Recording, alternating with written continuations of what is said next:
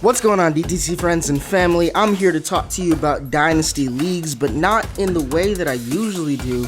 No, we're not talking about the Dynasty Diagnostic. We are talking about Dynasty Owner. The best fantasy football leagues are those where every owner consistently pays attention, responds to trade offers, changes their lineup, and is always looking to improve their team. We've all been in leagues where non-active owners absolutely kill the vibe, and you don't get any enjoyment from actually participating in that league, win or lose.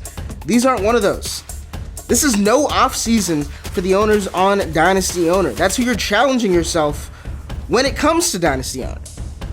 Other elite fantasy football players are committed to competing and are vetted before they're even placed in Dynasty Owner leagues. It's the only football platform with a patent game using actual NFL salaries and contracts.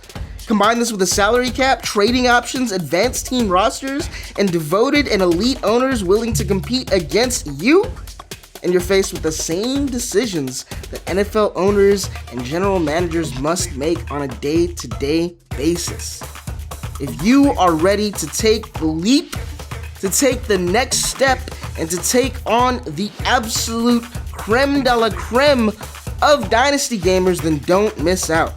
We have an amazing mobile app that will be out on iOS and Android in May, just in time to start filling up your draft with all the rookies being added to the player pool. Just waitlist at www.dynastyowner.com so you don't miss out when new leagues open. Welcome to the Dynasty Trade Calculator Podcast, a show dedicated to Dynasty fantasy football trades and player values, with your hosts, John Paul Hurley and Izzy Elkaffas. Hey everyone, welcome back to another edition of the Dynasty Trade Calculator Podcast. This is a special edition. We're going to be on YouTube right now. We're filming with Dynasty Rich from the Nerd Calculators. From the Dynasty Nerds? Sorry about that, Rich. What's up? Oh, thanks for having me guys join your guys' team too. Ambidextrous in the Dynasty community. There you go. Fantastic. And what I was trying to say is we are covering some a special coverage. It's live coverage of the Nerd Calculators Dynasty Startup League that we did. The first half is available on YouTube and on your favorite podcast platform. This will be part two. We're going to try to keep this compact. We're going to cover each team, break down where their picks are. So make sure you check that out. By the way, I'm your host, John Paul Hurley, and joining me is Izzy Elkaffas, the Pharaoh of Fantasy. What's up, Izzy? What's going on, man? How you doing? Phenomenal, obviously. Glad, glad we waited, 30 days to do part two? Was it 30 days? That's probably about right. Yeah, about that. It was before the NFL draft. Yeah, more than 30 days. That's right. Since then we've had our rookie draft. There's been some trades. There's been a lot of action. So we're going to do our best to try to remember what picks we took and how to break down exactly what people have taken. So we'll see how we do. See how we did. So real quick, I want to give Rich an opportunity once again. Just to, Rich, can you give us maybe a brief rundown of your background, just in case some of our listeners aren't fully familiar with what you are and what you do? Well, I'm a Homo sapien. Been that way my whole life. And I'm the founder of dynastynerds.com, host of the Dynasty Nerds podcast. Just like you guys, we every day just try to build the game of Dynasty and help everybody win their league. So just Google Dynasty Nerds and you'll find a whole bunch of stuff that we do. And we're just, again, here to help you guys build the most ultimate Dynasty fantasy football team, which is what I do, which is what we're going to clearly see here today, too. Is that your tagline on the top of your website? If it's not, it's going to be. So build the ultimate Dynasty team using other Homo sapiens, right? Yes. It comes from the Homo sapien mind, which is very important. Because, if we were talking to like chimpanzees and stuff, I don't think they're going to help you build a good team. Now, some sites could be equated to the quality of chimps, I guess. We won't throw any shade on anybody, right? That's beauty is an eye of the beholder. So. What are you gonna do, Izzy? Any quick words before we begin? No, I think if you didn't tune into the first episode, we were we recapped the first 6 rounds, and then we started talking about Dynasty Rich's team. So I think we can kind of pick up from there and segue into part 2 here. So the cool thing about this one is that we've decided to, instead of using MFL's draft page to cover like the team breakdowns and stuff through this for this podcast, we're going to actually use the Dynasty Trade Calculator League Import tool, a very special new piece of development over the course of the last couple of months. We've released this, And we're just going to kind of like, maybe we'll put a couple teams up side by side just to see how they look. And maybe even, Rich, if you got a trade that you're thinking of that you want to make and you see my team side by side with yours, maybe we can make one live on the air here. So, oh, for sure. Do you have Pat Mahomes? Is that your team? Nope, that's your team. Oh, that's right. That team looks way better.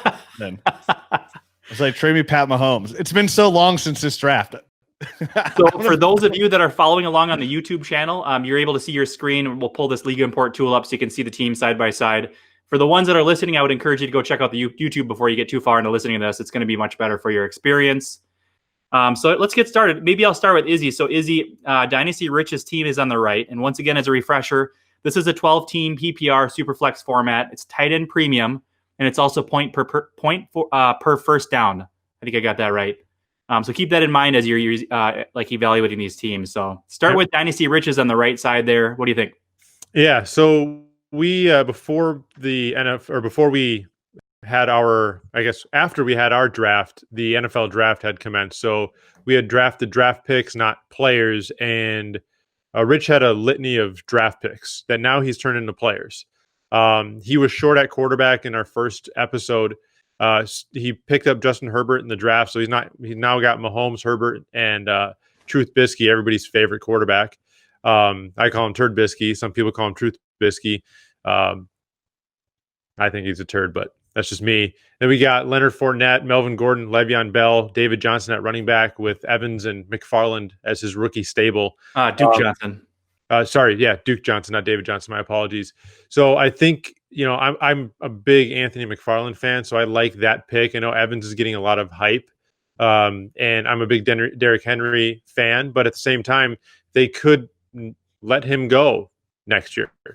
So we might be looking at, is Darrington Evans capable of being the next guy?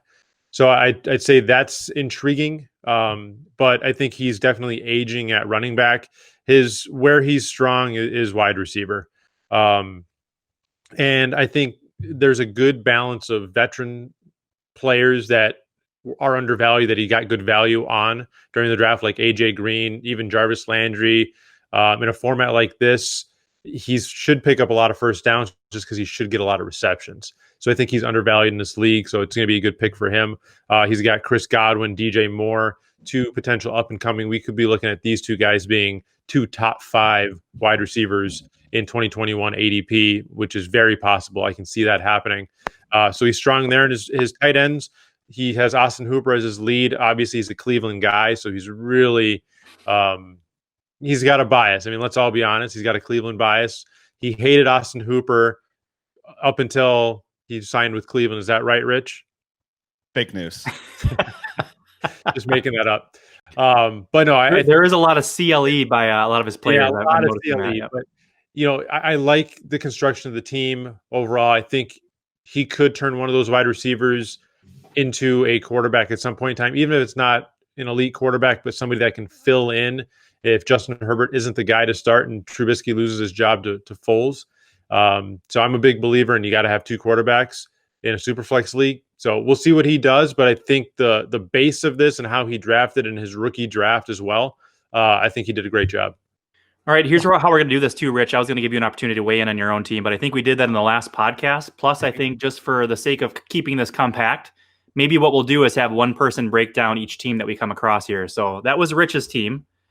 I also like, Rich, just really quick note at the end of it. I like that you covered your butt for your receivers just to keep them young. You got Ruggs, I think, in the rookie draft at a really good point. I think that was like in this late first, early second round. So I think I like that you covered your butt on that too for youth. So not to be too selfish, but I'm going to let Rich cover the next one. And the next one is my team. So Rich, let me know if you can see the screen here. Yeah, I can see your screen for sure. And, starting here at the top of the quarterback, you definitely come off, kind of like me, where you have the one strong quarterback who could be a quarterback 1 in Josh Allen, top 8 fantasy quarterback with the rushing ability. And then your number 2 is the rookie in Joe Burrow. And I love Joe Burrow, so I think it's a fantastic pick. He's the 1-1 in Superflex rookie drafts, in my opinion. So you're coming out with 2 strong quarterbacks, athletic, and Tyrod Taylor's a nice, kind of little scapegoat there. But you're probably as thin as I am at the quarterback position, which is good because that means I have Pat Mahomes, so you're a little bit worse. So I could definitely beat you there, which is very strong here. Looking at your running backs, see Marlon Mack hated it, David Johnson hated it, Antonio Gibson loved it.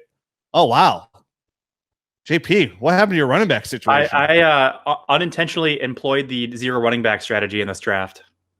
Yeah, if this was a beauty contest, you'd be coming in last place. If your face was a running back position on your team, it is not looking good. It's kind of me looking in the mirror right now, not very attractive. So I think that hurt. That's definitely right now the weakest spot on your team. Oh yeah, but receivers, I mean, you see around the debate, you got Michael Thomas, but then you go Juju Smith and DK Metcalf. Those are both risky players there, so you got some red flags. DK Metcalf obviously having a much stronger rookie year than I thought he would have had. I really thought DK Metcalf would be like kind of one-dimensional, kind of like that early Deshaun Jackson. Hey, go deep. You said, Rich, I'm pretty sure you said DK Metcalf. Was that like a Freudian slip? Like, did you intend? Like, is he taking meth? I'm gonna have to trade him like immediately. Oh, Metcalf? Yeah, DK Metcalf. Oh, it's possible, dude. You don't know these people nowadays. They could be all kinds of stuff. I don't judge though. Whatever you got to do.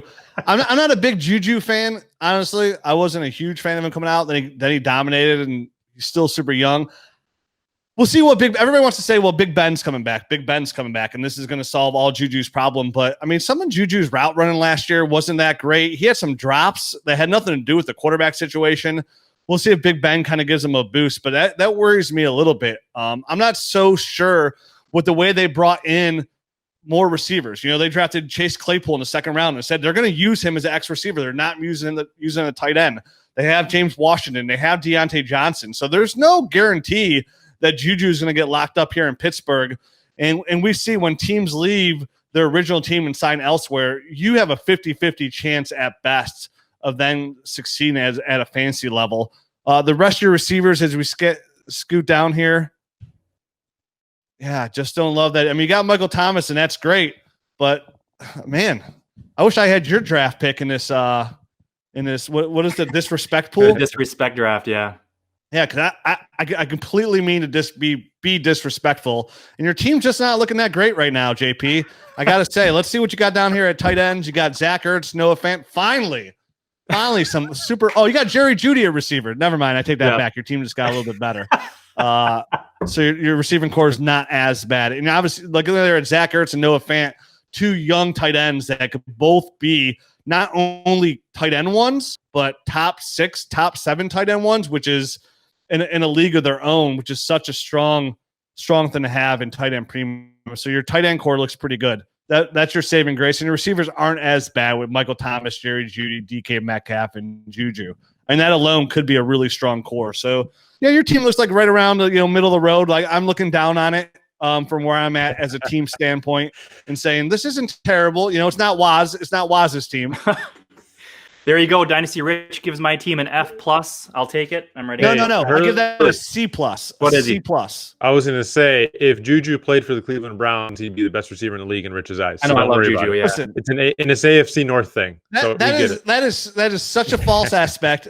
I would never be the only player I'll ever be a homer on when it comes to Superflex, and it's mostly because I'm a believer, is Baker Mayfield. People always think I overdraft him. Besides that, I'm not drafting any Browns. But look, guys, in fairness, besides the Kansas City Chiefs, if you had to pick one team, you could have all their fantasy players. What team is it going to be?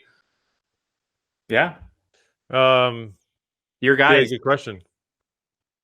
It's going to be this team. Yeah, probably. Yeah, probably Brown. I mean, off the top of my head, probably Browns. You can make a case for Rams, not so much. There you go. Yeah. All right. Well, coincidentally, the next team up for evaluation is Izzy. So we very selfishly covered all 3 of ours in the beginning of the podcast, which is probably good. That's kind of us 3 are the most important people to ourselves, right?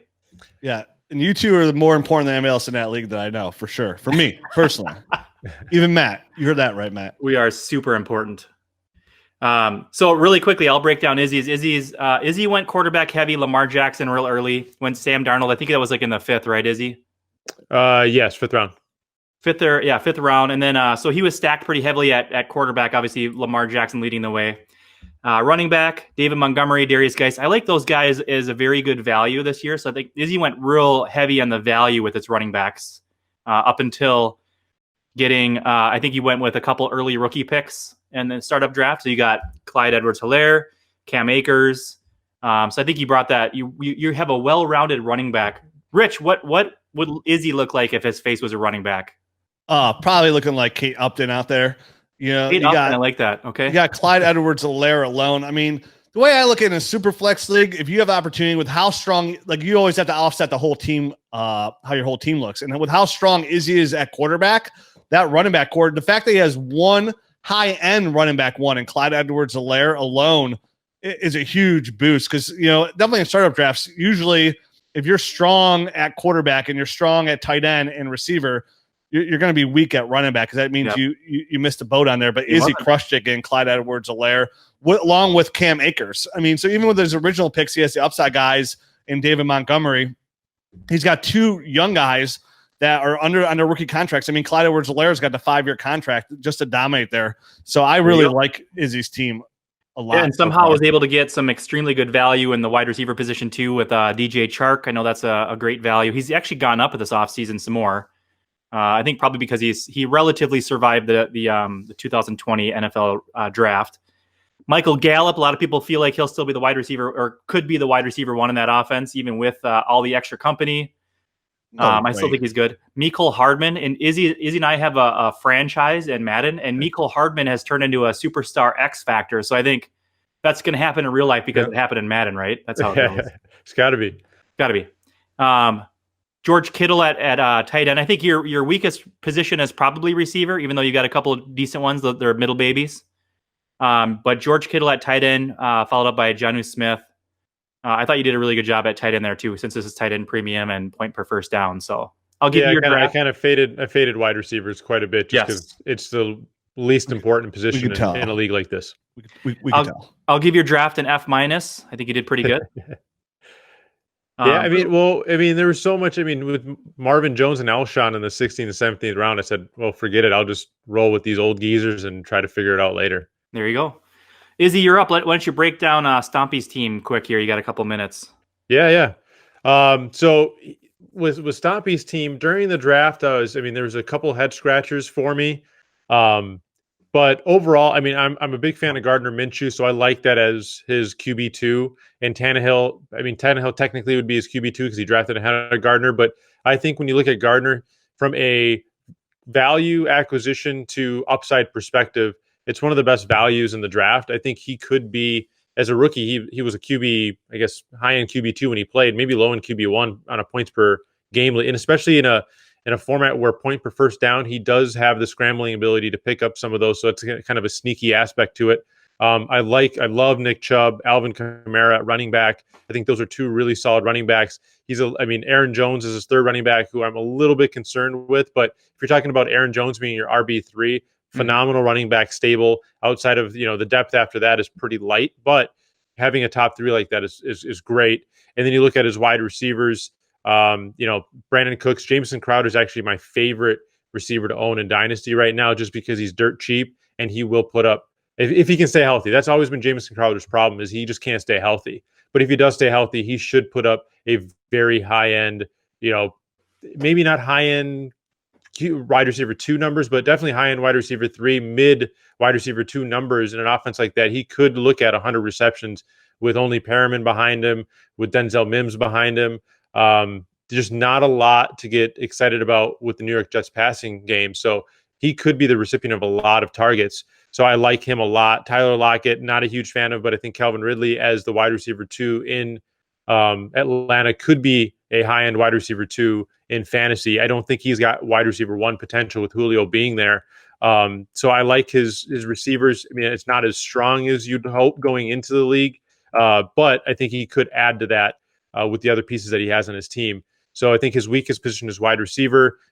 He does have Jack Doyle at tight end. I guess his tight ends would be the weakest position too, because Jack Doyle and I think Jack Doyle is actually one of the most underrated dynasty buys right now, just because with the way India is set up, they don't really have a ton of proven depth behind T.Y. Hilton And with Ebron gone, you look at Jack Doyle in a tight end premium league, he could pick up a lot of, first down receptions. So I think he's a good buy. He's not that sexy. So I think with Stompy's core being the running backs in a point per first down league, it'll help him be. I don't think he's a top end team, but I think he could be middle of the road.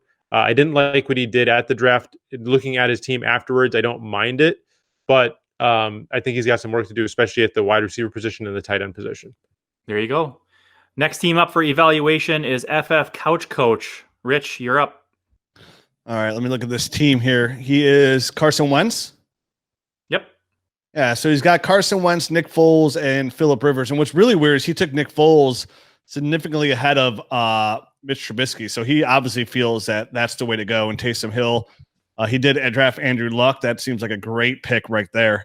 So when I obviously we're at the top of the bat, like I'm concerned at quarterback. Phillip Rivers could be one and done in Indy and then retire maybe a year and a half. I'm still not 100% Nick Foles could beat out Mitch Trubisky because he never beat out anybody his entire career. Even if he does, it's a short-lived, shelf life there. Carson Wentz can't be. He's not even available in your fantasy football playoffs, so that's a concern. So his quarterback seems like he has Carson Wentz, and his long-term future is not looking too bright. I mean, will Phillip Rivers be enough in a super flex league to get it done this year? Yeah, sure. But even if Nick Foles is the starter there in Chicago, I don't love it. I don't love Nick Foles as a fantasy aspect. I mean, look what he did in Jacksonville. Nick Foles is entire career comes in for a little bit, and he's a perfect stopgap couple game quarterback. After that, he becomes Mr. Turd Ferguson. So I'm not a big fan of Nick Foles at all. I don't love the quarterback situation. I'd be really worried long term. And we all know in superflex leagues, trying to acquire quarterback talent, you got to pay an arm and a leg. So now he's going to have to give up significant draft capital or some of these young players that we like on his team just to fix that. This team looks like a team already off the top of the gate that's going to be in a rebuild mode not too long down the road. He's got Zeke Elliott, Miles Sanders at running back. Fantastic. But that's all he's got. That's all he's got. Justice Hill, Nyheim Hines. That's okay. For like desperation plays. Nyheim Hines might see an uptick, but I mean, how they invested that draft capital in Jonathan Taylor moving up for him, they might want to get him involved in the passing game. So starters at running back, he's looking good there. Maybe he offset it with the receiver position. Let me take a look. Nope, sure didn't. Sure did not offset that team with the receiver position because right out the gates, he's got Kenny Galladay, who's not under contract with Detroit after this year. If they could re-sign him long-term, that's great because he's a solid number one, but he's not a number one on your dynasty team. Cortland Sutton, he could be a wide receiver one, but there's a lot of mouths to feed in Denver right now with that strong running game, two-headed monster. They bring in Jerry Jeudy. They bring in KJ Hamler, both high draft picks to go along with their first-round receiver in Noah Fant at tight end. So Cortland Sutton will most likely have a ceiling of that, high-end wide receiver 2. I love Curtis Samuel as a wide receiver 3, but still, the problem is I see this team right now is Tyler Boyd. I don't know how this is possible. He's thin at almost every position besides running back is what it looks like. And even at running back, he has no depth. He's probably got you can argue the best 2 starting running backs in the league in Miles Sanders, Zeke Elliott. It's a good combo, but where's all the depth? What's going to happen when the bye weeks start to come in for that team? Where are you finding those bye week fillers? To me, that team looks like out of all the rosters we've seen right now, destined for a very high draft pick in the 2021 draft class. I think Izzy's right with Tyler Boyd and Rigor. I don't think he's quite as bad at wide receiver. Oh, but I didn't see those at the bottom. Bottom. That's why I wanted to call him out there. But still, I mean, for this year, I mean, you're looking for Jalen Reagor to come in and compete with all this COVID and guys way behind. Like any rookie receiver, we're not looking for him to come in and compete right off the gate. So it's going to give those guys that have, they're going to run probably a lot of 12 personnel with Dallas Goedert and Zach Ertz, who were both tight end ones last year. Alshon's still under contract. He has to play there this year. Deshaun Jackson's still under contract for this year as well. So I don't look Jalen Reagor to come in and compete and blow all the socks off right away. Yep. But I mean, for a long-term prospect, yeah, that's great. But I agree. It's not a team that I look at for 2020. And Tyler Boyd, Tyler Boyd's there. That's a nice piece. He played well last year, but they bring in T. Higgins with the first pick in the second round. again, that's a lot of mouths to feed out there with AJ Green, and look for Joe Mixon to get a little bit more involved in the passing game this year than he's been in the past. I look for Cincinnati to probably run the ball with Joe Burrow there way more than they did even last year. So there you go. I don't love it, to be honest with you. I don't love it. Your favorite? He got an F, just even F, no plus on it. No, when you have Zeke Elliott, Miles Sanders, I mean, those are two players. If you want to flip that around, you could flip that around with their assets right now. You get a lot of depth. Yep. Miles is there a hotter running back name in Dynasty Fantasy Football right now than Miles Sanders? I mean, people are predicting him to be the next Christian McCaffrey all of a sudden. Yeah, he's already being valued as one too, unfortunately, for all of us. Well, when I see a running back get a spike that much in an ADP in value, and he's a running back and he's not a proven like Christian McCaffrey, I'm instantly trying to shop him and see if I can get some, an overpay on him and get some good return on him right away. The running back position in a super flex league to me should always be the most fluid position on your roster. Yep, I agree. So next team up for evaluation, I'll do this one really quickly, is David Zach from Dynasty Nerds. So real quick, I'll just kind of I'll go position by position. So quarterback, Matt Ryan, Dwayne Haskins, Jameis Winston, Marcus Mariota, Case Keenum, and Teddy Bridgewater, Jalen Hurts. Holy cow, quarterback heavy.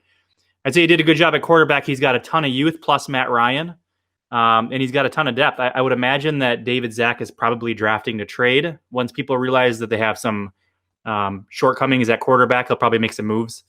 So I'll give him like a solid B for quarterbacks. At running back, Christian McCaffrey. Would you though? What's that? Would you though? I would. I mean, with Matt Ryan, Haskins, the potential of Jameis Winston getting something after this year. Maybe Haskins, year. Yeah, I mean he's got. I like Teddy. With Teddy, Haskins, and Jameis. I mean, Jameis isn't even a starter right now, so you're looking at Haskins and Teddy Bridgewater as your QB 2, 3. And I don't like Teddy at all really this year, just with all the changes in Carolina. I don't know. I don't think that's a stacked quarterback stable. I think he's got a lot of names. I just don't know if he's got a lot of guts. Yeah. He's got 3 starters. I mean, you can't argue that with in a super flex league at all. Well, what do you rate it, Izzy? What's your score for quarterback? Yeah. I mean, I just don't see like an upper echelon type quarterback performance. Like he's got. I'm not saying 3 that bodies. I'm going to say for quarterback C+. C. We're arguing between a B and a C+. Cool. Yeah, I mean that's a big difference. Okay. If I took a C home, how about a C home to my parents, I'd get my ass kicked. If I took a B home, it would be like you just need to work on it a little bit. Sure. Okay. So I'm looking at ass kicking versus hey, it's okay. I would love to see you get your ass kicked. By the way, I just want to put that out there. Who wouldn't? Running backs: Christian McCaffrey, Kerryon Johnson, Jonathan Taylor. So between those 3, it's kind of like similar to FF Couch Coach, but a little bit better. He's got a big 3 and then kind of drops off a little bit. Stompy. What's that? It was Stompy. Stompy. I'm sorry. Yep, that's right. Stompy with Zeke and Miles. I would give his running backs a solid B also, like good position. Good. He's in a good position in the top 3 and then needs a little bit of depth. Yeah, if you just have Christian McCaffrey by himself and he's your only running back, your running back situation is still a solid B. Yep, I agree. At wide receiver, Devontae Adams, Allen Robinson, Will Fuller, to name some of the highlights. And that's pretty much it for wide receiver. There isn't a lot of else that I'm too excited about. So I think a great 1 and 2 in my opinion, and then a decent 3. Can't be mad about Will Fuller for your 3rd. Just not a ton of depth there once again. So very similar to his running back position. It's top heavy and then not a ton of depth. Tight end, Evan Ingram. I remember him trading up to get Evan Ingram, and then also Blake Jarwin, kind of a sneaky sleeper. Also Chris Herndon. I think he could be sneaky too. So wide receiver, also a B. Tight end, also a B. So I give him Bs all the way up and down. You're the worst teacher ever. Sounds like a lot of honeys coming out of that team. Some people might consider, maybe I'm a B keeper. I just thrown out a lot of Bs. All right, next one up for evaluation, Dynasty Price. Izzy, why don't you keep the same format? Just go position by position. Give him a grade. Yeah, so Dynasty Price, I actually own his. I had the last pick in the disrespect draft, and I was left with Dynasty Price. So I was okay with it because I don't necessarily love his team. He's got Rodgers, Big Ben, and Stafford. So I like his quarterbacks. I think he did a great job at quarterback, especially in the short term, maybe not long term, but for this year, I like it a lot, and obviously I'm a huge Matt Stafford fan. And then you look at his running backs. He's got Keyshawn Vaughn, Sony Michel, Kareem Hunt, and Saquon. I mean, Saquon's great, but Sony's trash for me. Hunt, I think is okay as a prospect for 2021. I don't really see how he's going to produce, high end, RB2 numbers. I can see him being a low end RB2 in Cleveland with Nick Chubb there. And then with Sony Michel, he's a plug. I guess he's a plug and play bye week filler. But I don't love the running back stable. And then if you look at his receivers, Amari Cooper, I think we saw what Gallup did with Amari Cooper last year, and Gallup showed that he could be the 1A, 1B to Cooper. So I don't see Cooper being, the guaranteed primary receiver there. I can see a world where Gallup is the primary receiver in Dallas. And then you have Hopkins, who I like, but I don't like the transition I don't like when receivers transition from one team to another, especially with everything that's going on. Are they getting enough reps? Is he going to be ready to rock? With the elite receivers, you see a little bit less of a depreciation in production. But you have to look at it. When he was in Houston, he was getting all the targets. Will Fuller couldn't stay healthy. KQT couldn't stay healthy. He's never really had a Christian Kirk alongside him. And now he's going to a new team. So I assume his targets are going to come down in Arizona. So I love DeAndre Hopkins is my favorite receiver of all time, but I don't love the Arizona transition. I'd much rather have him stay in Houston. So that hurts him. Darius Slayton, I think, is a really good pickup. But I'd like him as a wide receiver 4, not as a wide receiver 3. So I think he could use some work at receiver. And then his tight end. I don't think you said Diggs, did you? Oh yeah, Diggs. I'm not a Diggs fan either. So I guess Diggs is your wide receiver 3. Slayton's your wide receiver 4. I like Slayton as a wide receiver 4, so I'll correct that. But I don't like Diggs either. But I do like him as a wide receiver 3, so I'll give him that. So his receivers on paper look really good. But if you look at production going into production for 2020, I bet that those 4 receivers are going to underproduce their draft position. Okay. Maybe not Slayton. I think Slayton as a wide receiver 4 will be fine, but his top 3 will underproduce the draft position. Okay. I'm very confident in that. And then you look at his tight end. I like Darren Waller. I think he's actually one of the best values at tight end. He can give you top 3 tight end production. And to be honest, Oakland did fill some wide receiver needs with bringing in Ruggs and Edwards, but they're rookies. So Darren Waller could see, 100 plus targets at that tight end position. I think in premium, you're looking at a really solid wide or QB or tight end 1 season from Darren Waller. I would bet if we went to Vegas right now, Hurley, I would try to find a sports book so I can bet Darren Waller as a top 5 tight end this year. Wow. So I like Darren Waller as a tight end. But honestly, I think he's underwhelming at the other positions from a production perspective. I think he's got a lot of names. I don't think he's going to get the production out of those names. There you go. Good breakdown. We've got 5 more teams, so it's going to have to be like a lightning round. So, Rich, in a lightning round fashion, break down Eitan Mosia's team from DTC, from the Dynasty Diagnostic Podcast. All right, let's do this quick. So, obviously, quarterback situation, he's looking pretty good right out the gates. Drew Lock, young, high upside, add a ton of offensive weapons to help him produce there. Dak Prescott has shown he could be, QB 8 right around there, which is still a quarterback 1, which is great. And still Drew Brees, at least 1 more year of production from Drew Brees, which is solid. So I think he's okay at quarterback position. Running back, you have Derrick Henry, which I'm not a huge fan of. I've said it 100 times. This is a guy who I just don't view in PPR leagues as an elite fantasy football running back. I'd be looking to trade him. The chances of him getting a long-term contract are probably slim to none. And I mean, my best example for him is look what he did last year. He led the league in rushing and was still only running back number 7 on the year. We have Saquon Barkley's. What's that? In a point per first down league, he's going to be pretty solid. To be fair, yeah, it is points per first down. It's just that long-term value. I just don't see that at running back. So to me, it looks like you're going to have a hole there sooner than later. Same with Mark Ingram. They're bringing J.K. Dobbins, which is a death blow to Mark Ingram after this year. So to me, he looks like he's really weak at running back. Definitely. That's enough to get by for this year, but he has no depth there whatsoever. So if J.K. Dobbins surpasses Mark Ingram at some point halfway through the season, I mean, his team is really screwed at the running back position. Yep. At receiver, right out the gate, I mean, he looks extremely strong with the first 3 names I see. You get A.J. Brown, who dominated last year, even in his rookie year. Cooper Kupp, got to be somewhat worried that he's a free agent, and I don't look at the Rams re-signing him with their contract, their cap situation, and he is 27 years old. And then Christian Kirk and Tyreek Hill. I mean, that's a fantastic top 4 right off the gates. I mean, Tyreek Hill, still young, only 25 years old in KC. You could argue he's a top 3 startup wide receiver. So you get the lead of the league, and then AJ Brown to go with him, who's an up and coming young guy. So he's young and strong at receiver. And he drafts a guy like Justin Jefferson to take over for Stephon Diggs in Minnesota, with Adam Thielen being 31 years old. I think his receiving core is very strong. Definitely looks like the best part of his team. Well, with his quarterbacks as well. At tight end, he goes O.J. Howard, who got kind of killed a little bit there with Rob Gronkowski. I know Bruce Arians is already saying they're going to run a lot more 12 personnel. But for a guy who doesn't target his receiver tight ends as it is, that's somewhat of a concern already for him. And then who's his other tight end there? TJ Hockenson, who I love, who's one of my favorite dynasty trade targets right now is Hockenson, just because the fact he didn't do anything whatsoever last year, and everybody's so quick to pass up on players that they haven't been.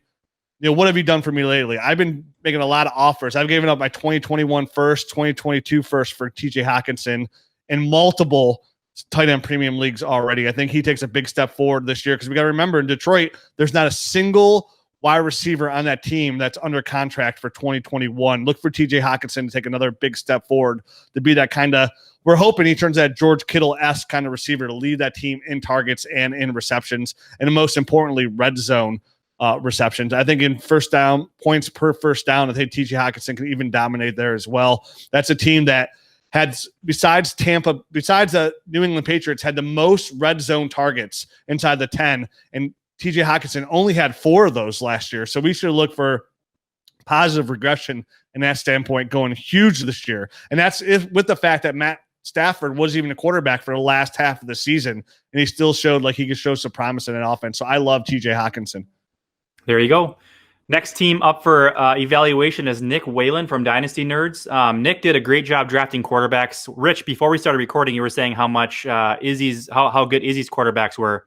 I think Nick's quarterbacks are better than Izzy's just because of the QB2 here. But Deshaun Watson, Russell Wilson, and he also has it followed up by, he drafted Tua Tagovailoa in the rookie draft.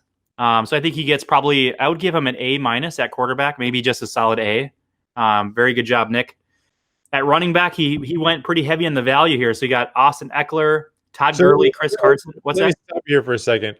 So a B is Haskins, Bridgewater, and Matt Ryan, and an A-. And so see that's the gap that I'm talking about. I gave him an A. Yeah, I mean, it should be. I mean, if that's a B, this should be like A with like 4 or 5 plus. I mean, a lot of teams could be in a B. I don't know why you're being so difficult with the grading. Yeah, why are you being such a B about it? The grading roll off is all I'm saying. It's kind of weird. Actually being a D about it. I think a D was a better grade, but go ahead, continue. That's fine. I finished with B- on that anyway. So okay, good. Austin Eckler, Todd Gurley, Chris Carson. Luckily enough, he had drafted Carlos Hyde, who had landed on the Seahawks shortly after this draft had happened. He'd be upset if I didn't mention Ronald Jones in his running back stable. He drafted DeAndre Swift in the rookie draft, along with A.J. Dillon. So I think Whalen did a good job at running backs. He's got a ton of depth. I'd give him, Izzy, I'm going to give him a B at running back. Is that okay? Yes, it seems like every other grade you give everybody, just Bs. That's a strong B. That's a good, B at running back. Yeah, good running backs. At wide receiver, not quite as good. I'm probably going to be reluctant to give out a B so easily on this one with Keenan Allen. He was my biggest dynasty sell last year. I'm just concerned with that quarterback situation and him kind of hitting that age cliff, the new age cliff that Izzy always talks about, 28. Time to start heading downhill. I think by next year or a few years from now, 23 or 24 will be the new age cliff for wide receivers, but right now it's 28. It used to be 30. I think, didn't Andre Johnson perform until he was like 34? We're not talking about production. We're purely talking about value. Dynasty return. Okay, yeah, dynasty value. That's true. I still think Keenan fits pretty good in that 3-year window if you're not concerned with that age. But I like to get rid of him when you can. It's probably too late to do it now. But Nikhil I like as a good value. I think he could maybe step up. Potentially, like, who else are they going to throw it to? Is Edelman is like 5 or 6 or 7 years past that age cliff, and Edelman is at that production age cliff, not just the dynasty age cliff. So I'm concerned about him. T.Y. Hilton, Perriman, and he does have Edelman. There's just not a lot to love with the wide receivers, so I'll probably give that like a C- or a D+. He's got a lot of those middle babies. This is very similar to Izzy's receivers. A lot of mid-tier wide receivers, a bunch of them with Keenan Allen. So at tight end, he's got Jared Cook, Rob Gronkowski. So I'll give the tight ends like a D+ also.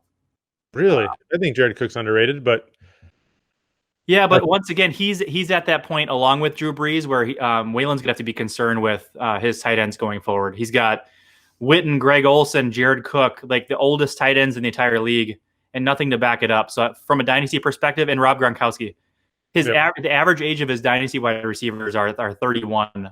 He literally in 1 year next year could have one active tight end on his roster. Literally, yeah.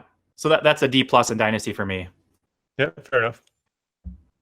All right, next team up for evaluation. We've got 3 left here. Is our favorite Waz. I'm going to leave this one for Izzy. I have his disrespect pick, so I hope Izzy tears this apart. Keep that in mind as you're hearing this break. Yeah, I'm gonna give a lot of B's out. With Waz, I think there was some good and bad with Waz's draft. His quarterbacks, Cousins, Garoppolo, Cam Newton. If Cam gets a job, it's good, solid depth at the quarterback position. There's no QB1 there. I don't see Cam at this advanced age being a QB1. Maybe a low end if he ends up going to the Patriots, let's say, for example. Jimmy Garoppolo, Hurley, you've heard me talk about Jimmy Garoppolo. I don't think he's that good of a quarterback. Kirk Cousins, I think, is underrated, but he's a QB2. And then you look at where his bread is buttered is going to be the running back position.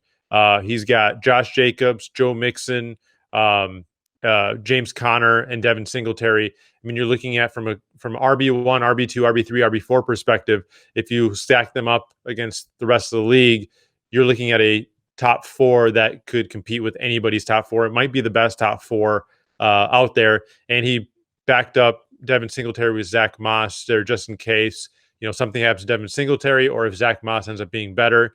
Worst case scenario, they cannibalize each other's production.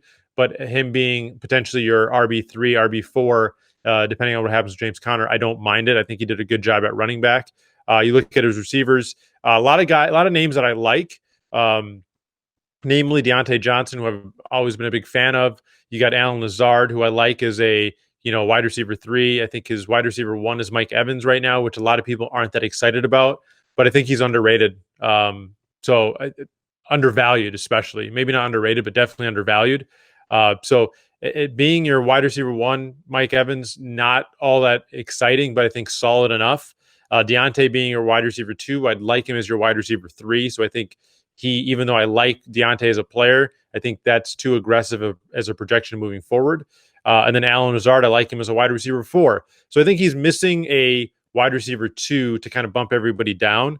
I don't see a player on that team that can step up and give him wide receiver 2 production. I don't think Paris Campbell's that guy. I don't see Brian Edwards ascending. I don't like Marquise Brown at all. I think Rich is a big fan of Marquise Brown. I might be getting confused with somebody else, even though he's very confused. You're very confused. He's an AFC North player. I should have known. So you don't like Marquise Brown. Neither do I. So I don't see him being a wide receiver 2 either. But at least he's a wild card. So I think Waz's worst position is the receiver position, even though I like a lot of the players. I just don't think he's got the right, stable in terms of wide receiver 1 through 4 and where they're positioned in there. And then his tight ends, no, it's just not there for me. I'm not a Higbee fan. Aren't bad, but not great. I'm not a Higbee fan. I like Goddard, but I don't want him being my I guess I don't mind him as a tight end too, but I'd want Tyler Higbee upgraded if I'm going to be rolling into this season. The fact that he was kind of like that one-hit wonder, he really blew up in the second half of the season. I just don't know if I can trust that. So they also signed him long-term to a nice contract as well, making him top 10 dynasty tight end paid tight ends. I like Higbee. I think he's got good upside. Yeah, I do too. Yeah, I'm not a Higbee. I want to see more, especially I would like Higbee as my tight end 2, but I want to see more before I project him as my tight end 1. But he is his tight end. Dallas Goedert was tight end 8 last year with Ertz. I mean, I think Dallas Goedert long-term projects as tight end 1. That's assuming that the Philadelphia Eagles' entire stable is just going to get decimated with injuries again. And if that's the case, then yeah, I love Dallas Goedert. I agree with you. That's a team full of wild cards, and unfortunately for Waz, we're not playing Uno. So it's looking like his team's going to come in last place, which I'm very happy about, by the way. I don't know if it's last place, but it's mid. It's like in the 7 to 9 range in terms of finish. I think he'll be a team that competes for a playoff spot with the running backs, but I think he might just fall short. Well, I pray every day that he does come in last place. Yeah. That's going to be a lovely pick if it happens.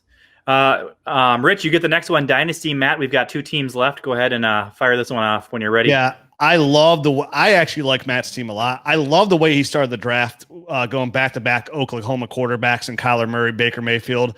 I think to have that strong of a core and to be that young at quarterback in a Superflex league is such a blessing in disguise, where you don't have the one QB that's older and the one that's younger. You have 2 guys that your oldest is 25. They were number 1 overall picks that look like they could be their team's quarterback for the long term. So I love where he started. Obviously, his biggest miss, like what he failed to do in the draft, was attack the running back position. I think long term it worked out for him. I mean, Matt Breida offers some pass catching ability upside and can be the guy there in Miami. Jerick McKinnon's still on that San Francisco roster, and tells me that Kyle Shanahan's always had a vision for Jerick McKinnon to be the use in his scheme in that system. And I always want any share of Kyle Shanahan's running backs core. If Jerick McKinnon can be involved in that pass core, that's great. And I love J.K. Dobbins. I think he fits that team system. Everybody talks about how great of a fit Jonathan Taylor was for the Colts. You can make the same argument of how good of a fit J.K. Dobbins is for that Baltimore system going forward after Mark Ingram's out of there. I think he did. He's still that other. He needs that big time running back. He doesn't have it, but he's got a couple pieces here that can at least get him fantasy production to the point in PPR leagues that help offset with his other where he's strong elsewhere. Like we look at his receiving running back stable. What's that? It's a horrible running back stable. It's not great. It's just not good. I mean, you were kind of sugarcoating it there. We got to keep it B though, right? Yeah, it's a B, and Hurley would give it a B.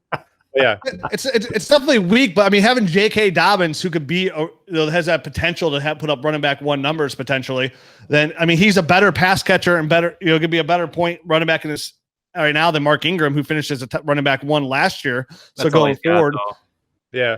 I mean, you're talking about Uno. I mean, this is go fish, I think, at the running back position after J.K. Dobbins. Agree, but Mark Ingram, he doesn't have Mark Ingram. So he's got a bunch. He's got a couple old maids mixed into there too.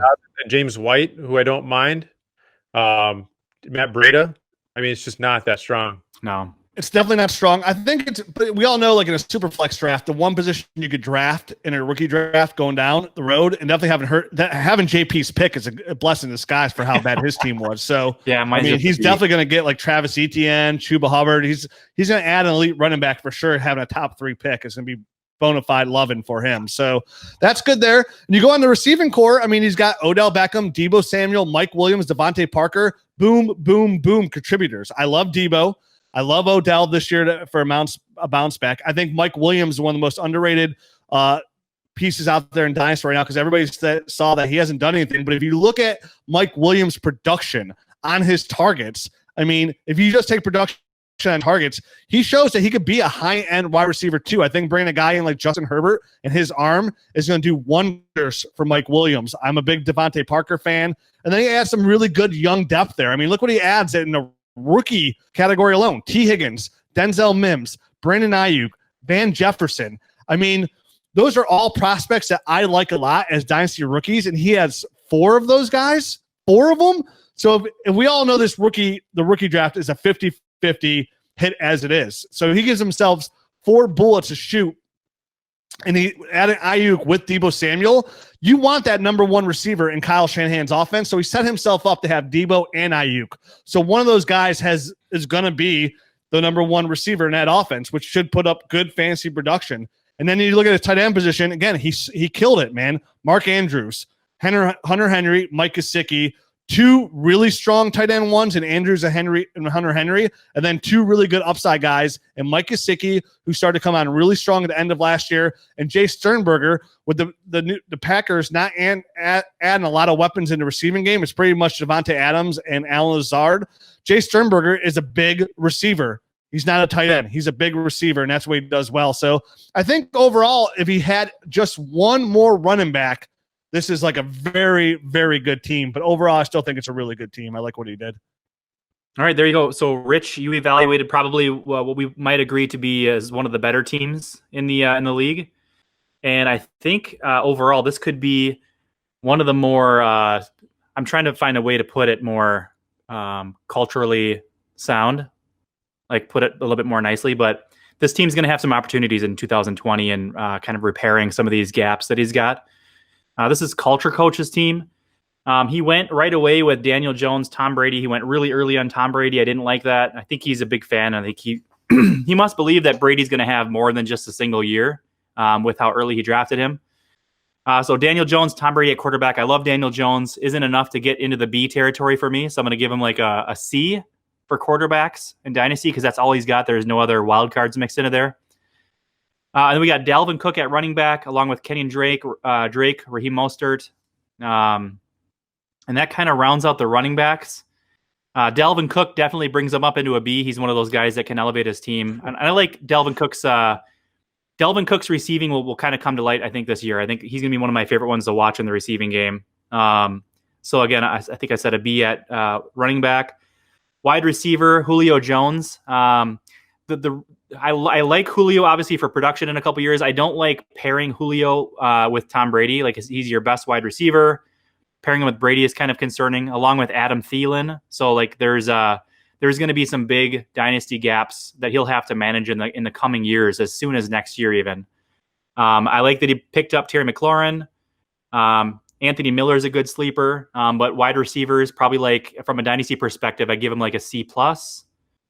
Any other big names at wide receiver I'm missing? CeeDee Lamb. I think that's a great pick. That'll help him out. Yeah, I mean, he's got Preston Williams there too, which is offers really good upside. I mean, when he was right before he got hurt, he was wide receiver 13 overall. Right before he got hurt, coming on really strong there was Fitzpatrick. Yep. So I think his receiving. I think you missed an opportunity to give him a B. Yeah, I think so. Really? I think having Thielen and Julio, who are both older, are like the perfect age to let Michael Pittman and CeeDee Lamb kind of develop into their own. So as soon as those guys fade away in a year or two, you have two big time replacement upside players in Lamb and Pittman to go with Terry McLaurin. Yeah. So I missed CeeDee Lamb when I gave the grade out, so I'll give him a B. CB Lamb. There you go. He's back. back, baby. At tight end, Travis Kelce, and that's kind of it. And Travis Kelce gives you a B by himself. There's not a lot of depth, but Travis Kelce with his big high potential, that's a B there. But due to lack of depth, he loses a little bit of a score there. So, Izzy, how'd I do? You did. I would give your overall grade a B.